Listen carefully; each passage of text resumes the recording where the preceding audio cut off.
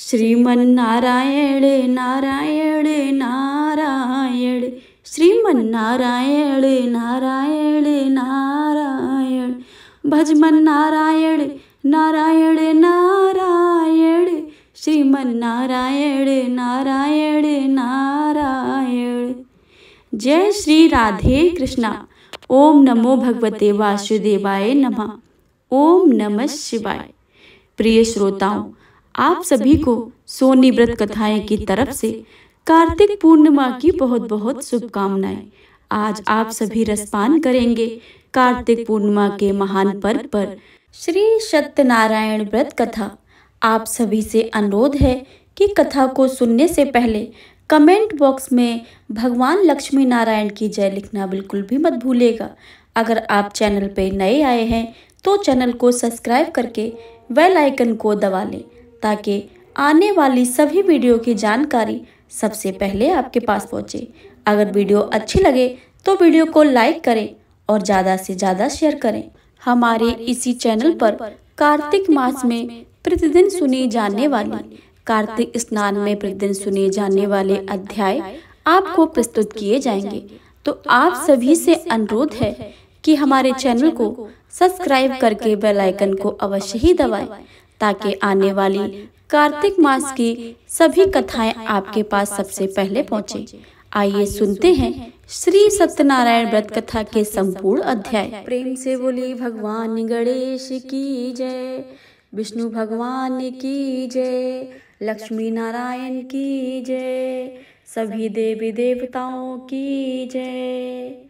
श्री सत्यनारायण व्रत कथा का प्रथम अध्याय।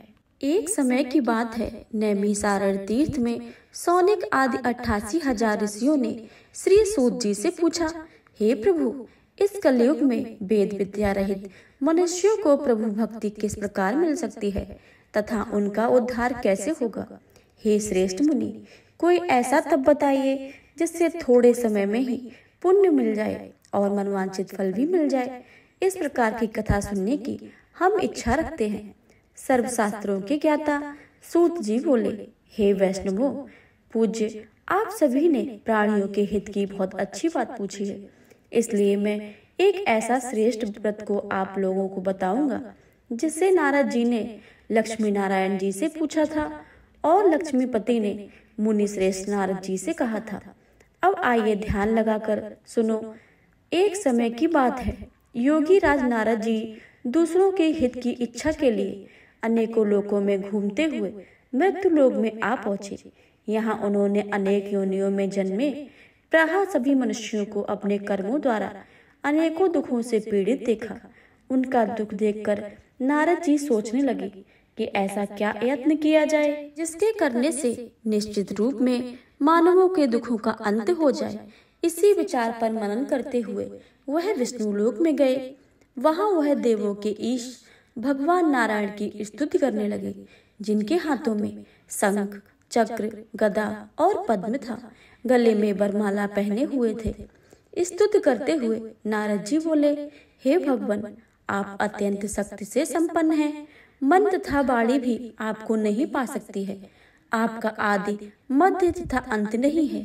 निर्गुण स्वरूप सृष्टि के कारण भक्तों के दुखों को दूर करने वाले आपको मेरा नमस्कार है। नारद जी की स्तुति को सुनकर विष्णु भगवान बोले, हे मुनि श्रेष्ठ, आपके मन में क्या बात है? आप किस काम के लिए पधारे हैं, उसे निसंकोच मुझसे कहिए। इस पर नारद मुनि बोले, मृत्यु लोक में अनेक योनियों में जन्मे हुए मनुष्य अपने कर्मों के द्वारा अनेक दुखों से दुखी हो रहे हैं। हे नाथ, आप मुझ पर दया रखते हैं तो बताइए कि वो मनुष्य थोड़े प्रयास से ही अपने दुखों से कैसे छुटकारा पा सकते हैं। श्री हरि बोले, हे नारद, मनुष्यों की भलाई के लिए तुमने बहुत अच्छी बात पूछी है, जिसके करने से मनुष्य मोह से छूट जाता है। यह बात मैं तुमसे कहता हूँ, उसे तुम ध्यान पूर्वक सुनो। स्वर्ग लोक व मृत्यु लोक दोनों में एक दुर्लभ व्रत है जो पुण्य फल देने वाला है। आज प्रेम बस होकर मैं तुम्हें बताता हूँ। श्री सत्यनारायण भगवान का यह व्रत अच्छी तरह विधि पूर्वक करने से मनुष्य तुरंत ही यहाँ सुख भोग कर मरने पर मोक्ष को प्राप्त होता है। श्री हरि के ऐसे वचनों को सुनकर नारद जी बोले, उस व्रत का क्या फल है और उसका विधान क्या है? यह व्रत किसने किया था? इस व्रत को किस दिन करना चाहिए? सभी कुछ विस्तार से बताइए। नारद जी की बात सुनकर श्री हरि बोले, दुख व शोक को दूर करने वाला यह व्रत सभी स्थानों पर विजय दिलाने वाला है। मानव को भक्ति व श्रद्धा के साथ शाम को श्री सत्यनारायण की पूजा धर्मपरायण होकर ब्राह्मणों व बंधुओं के साथ करनी चाहिए। भक्ति भाव से हुई नैवेद्य केले का फल, घी, दूध और गेहूं का आटा सवाया ले ले। गेहूं के स्थान पर साठी का आटा, शक्कर तथा गुड़ लेकर सभी भक्षण योग्य पदार्थों को मिलाकर भगवान का भोग लगाएं। बांधवों सहित बंधु को भोजन करवाएं। उसके बाद स्वयं भोजन करें। भजन कीर्तन के साथ भगवान की भक्ति में लीन हो जाएं। इस तरह से सत्यनारायण भगवान का व्रत करने पर मनुष्य की सारी इच्छाएं निश्चित रूप से पूरी हो जाती हैं। इस कलिकाल अर्थात कलयुग में मृत्युलोक में मोक्ष का यही सबसे सरल उपाय बताया गया है। इत श्री सत्यनारायण व्रत कथा का प्रथम अध्याय संपूर्ण हुआ।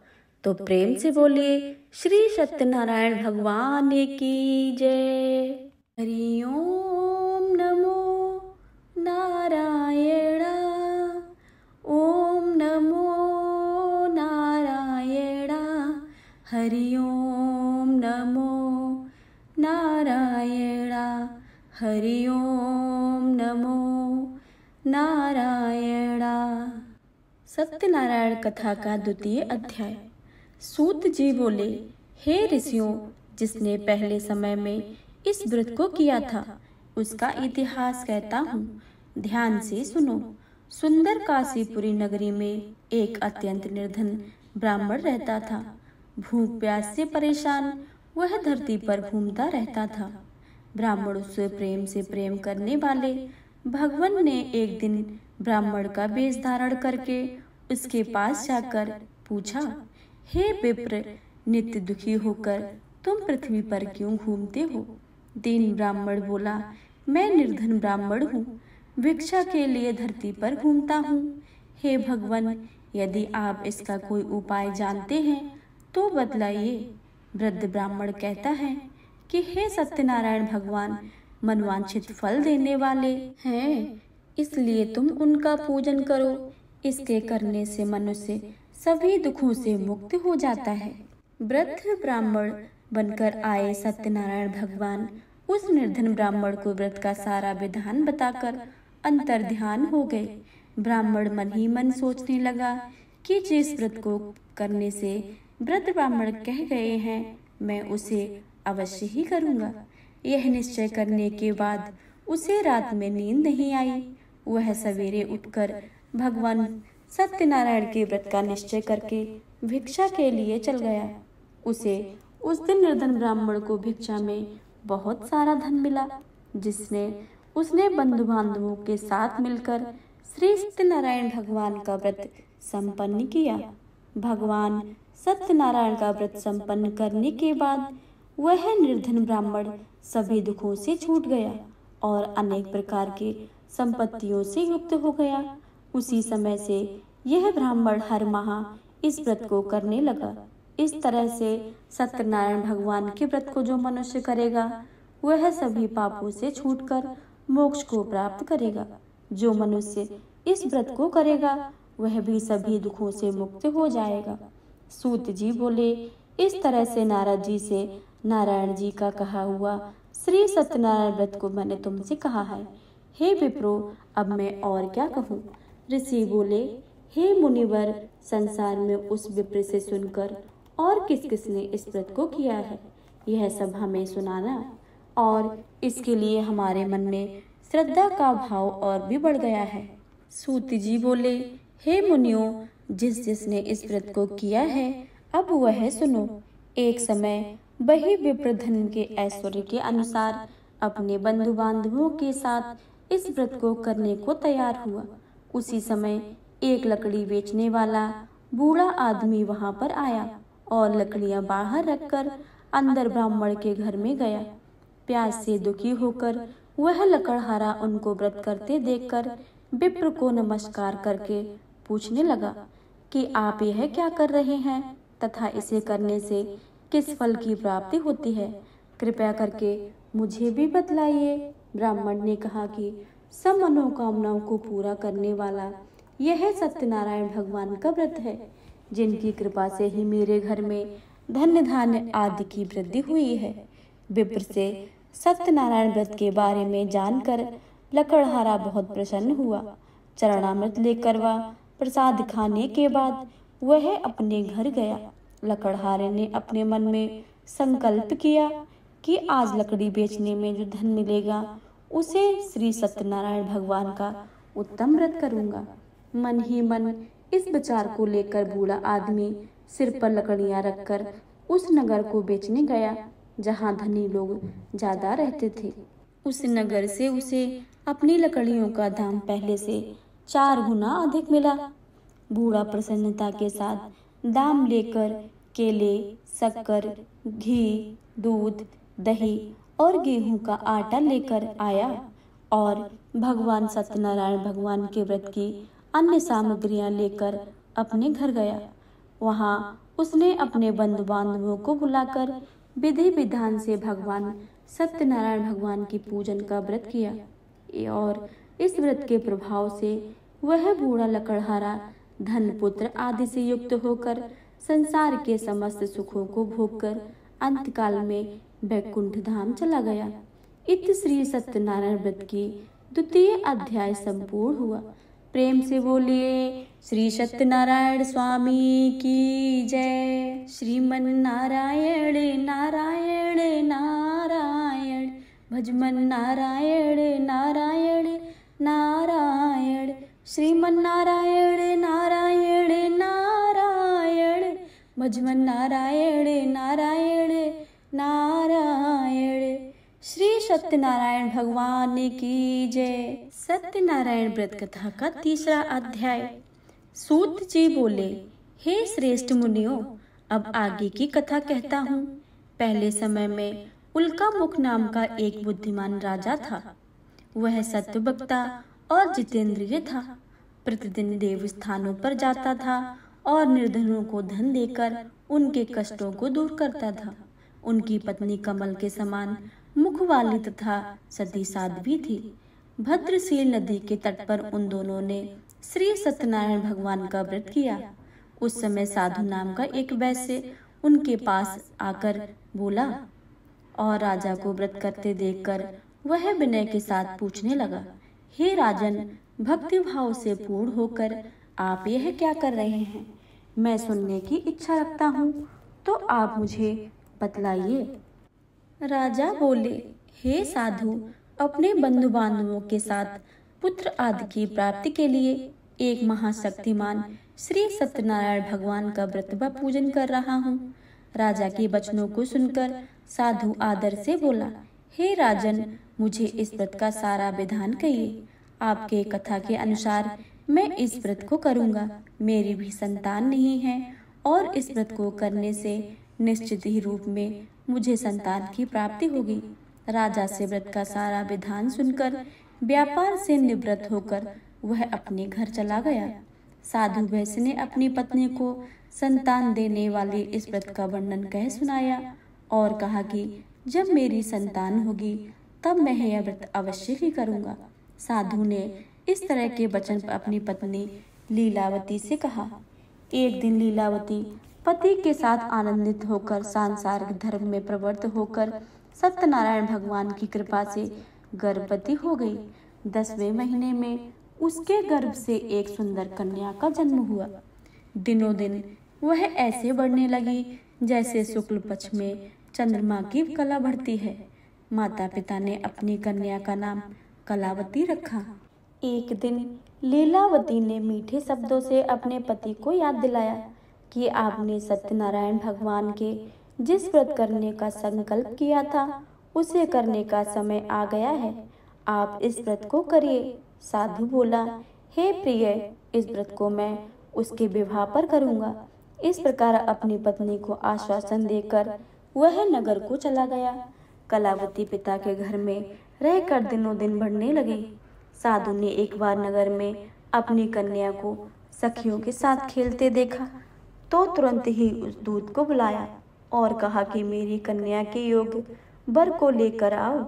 साधु की इस बात सुनकर दूत कंचन नगर में पहुंचा और वहां देखभाल कर लड़की के सुयोग बड़े पुत्र को ले आया। सुयोग लड़के को देखकर साधु ने बंधु बांधवों को बुलाकर अपनी पुत्री का विवाह कर दिया। लेकिन दुर्भाग्य की बात है कि साधु ने अभी भी श्री सत्यनारायण भगवान का व्रत नहीं किया। इस पर भगवान क्रोधित हो गए और श्राप दिया कि साधु को अत्यधिक दुख मिले। अपने कार्य में कुशल साधु बनिया जमाई को लेकर समुद्र के पास स्थित रत्नासार नगर में गया। वहां जाकर दामाद ससुर दोनों मिलकर चंद्रकेत राजा के नगर में व्यापार करने लगे। एक दिन भगवान सत्यनारायण की माया से एक चोर राजा का धन चुराकर भाग रहा था। उसने राजा के सिपाहियों को अपना पीछा करते देखकर चुराया हुआ धन वहां रख दिया जहां साधु अपने जमाई के साथ ठहरा हुआ था।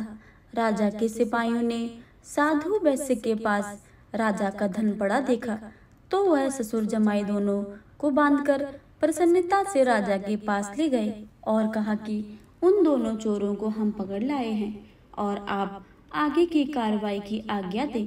राजा की आज्ञा से उन दोनों को कठिन कारावास में डाल दिया गया और उनका सारा धन उनसे छीन लिया गया।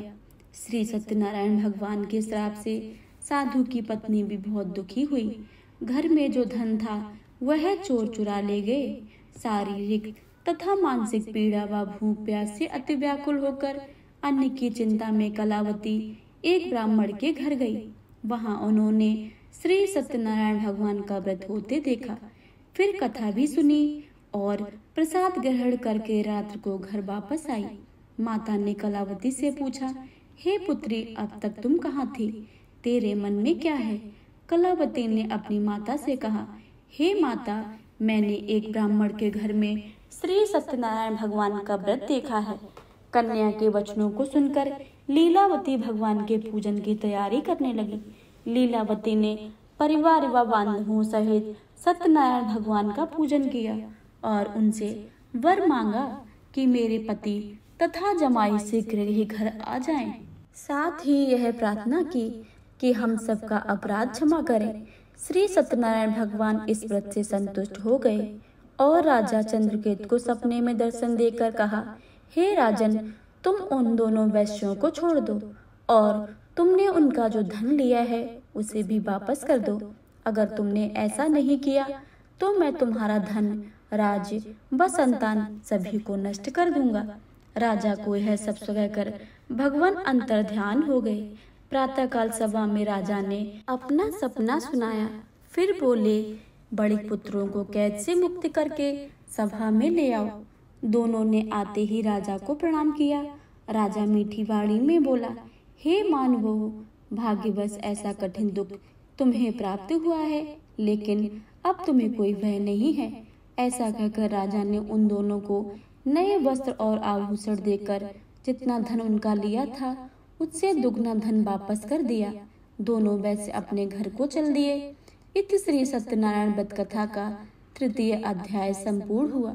प्रेम से बोलिए श्री सत्यनारायण स्वामी की जय। श्रीमन्नारायण नारायण नारायण, श्रीमन्नारायण नारायण नारायण, भजमन नारायण नारायण नारायण, श्रीमन्नारायण नारायण नारायण। श्री सत्यनारायण भगवान की जय।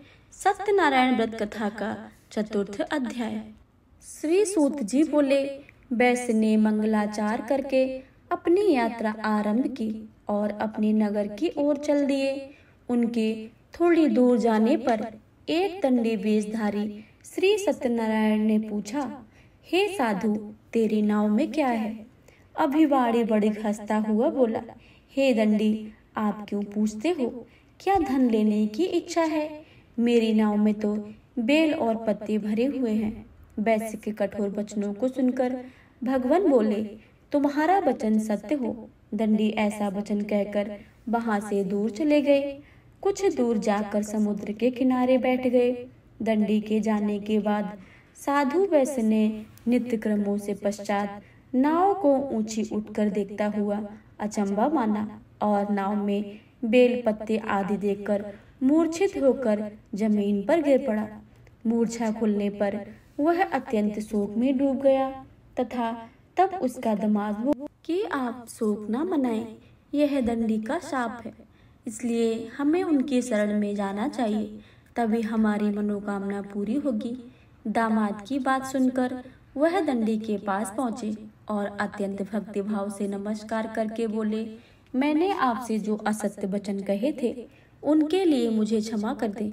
ऐसा कहकर महान शोकातुर होकर रोने लगे तथा तब दंडी भगवान बोले, हे बड़िक पुत्र, मेरी आज्ञा से बार बार तुम्हें दुख को प्राप्त हो रहा है, तू मेरी पूजा से विमुख हुआ है। साधु बोला, हे भगवान, आपकी माया में ब्रह्मा आदि देवता भी आपके रूप को नहीं जानते हैं, तब मैं अज्ञानी कैसे जान सकता हूँ। आप प्रसन्न होइए, अब मैं सामर्थ्य के अनुसार आपकी पूजा करूँगा।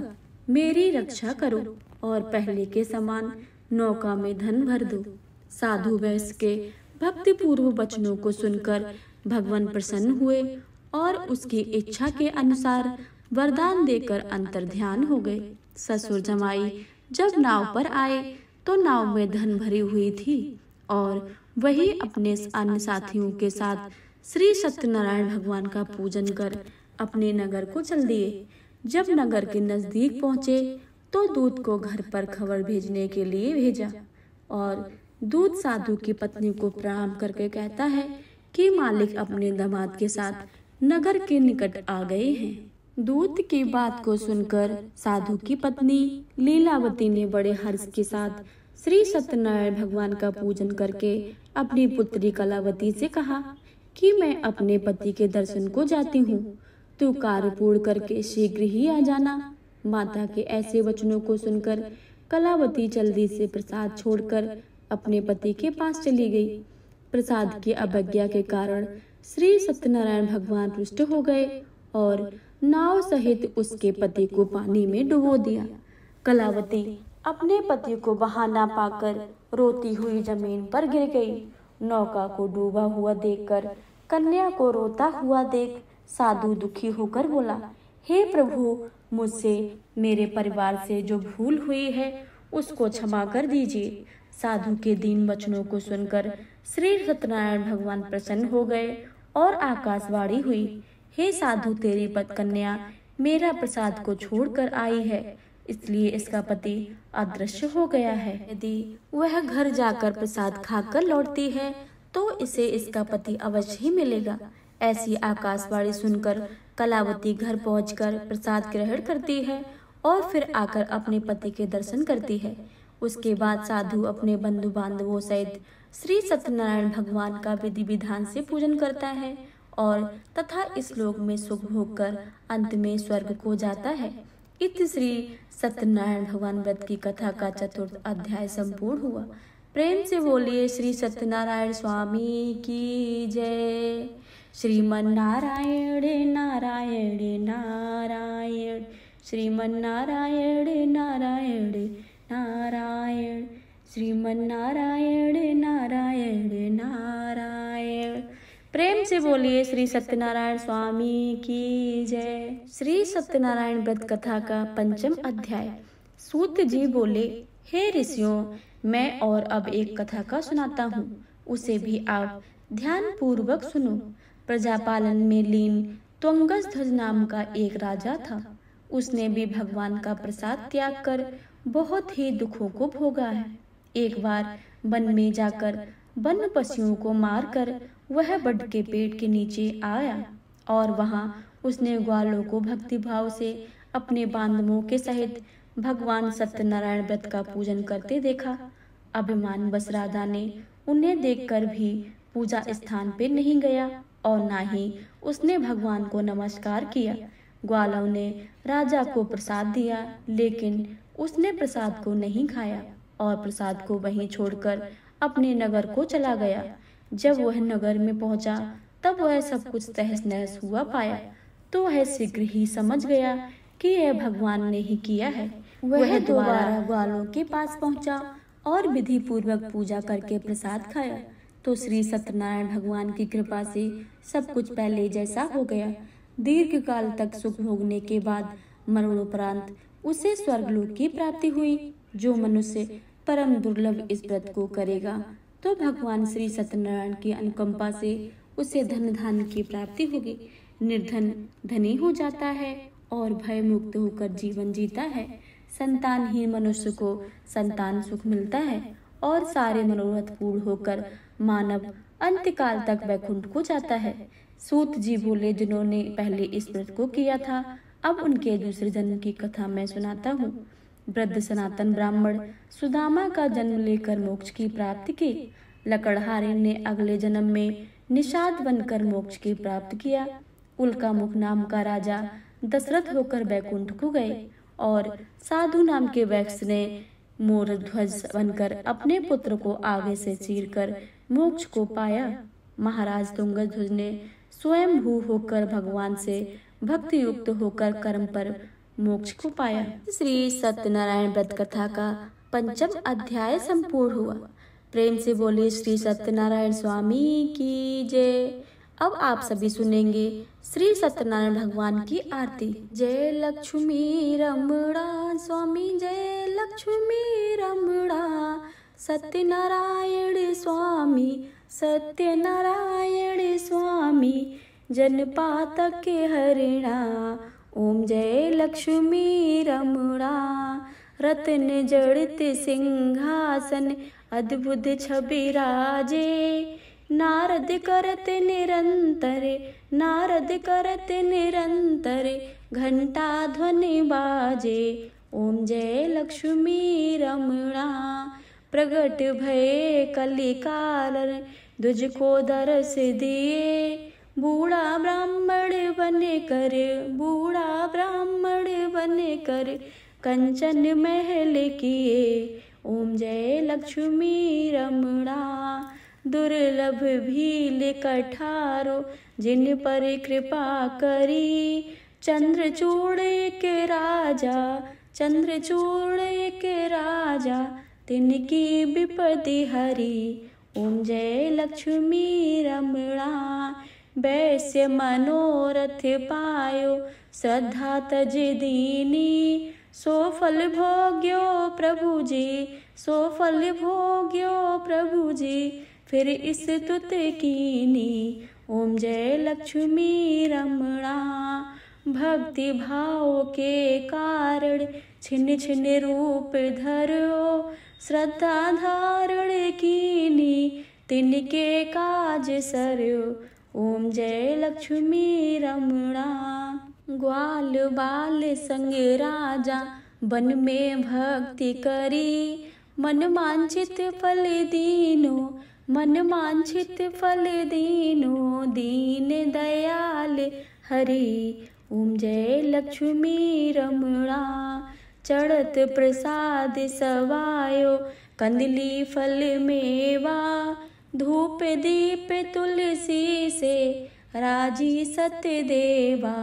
ओम जय लक्ष्मी रमणा, श्री सत्यनारायण जी की आरती जो कोई नर गावे, रिद्धि सिद्धि सुख संपत्ति, रिद्धि सिद्धि सुख संपत्ति, सहज रूप पावे। ओम जय लक्ष्मी रमणा, जय लक्ष्मी रमणा, स्वामी जय लक्ष्मी रमणा, सत्यनारायण स्वामी, सत्यनारायण स्वामी, जनपातक हरिणा।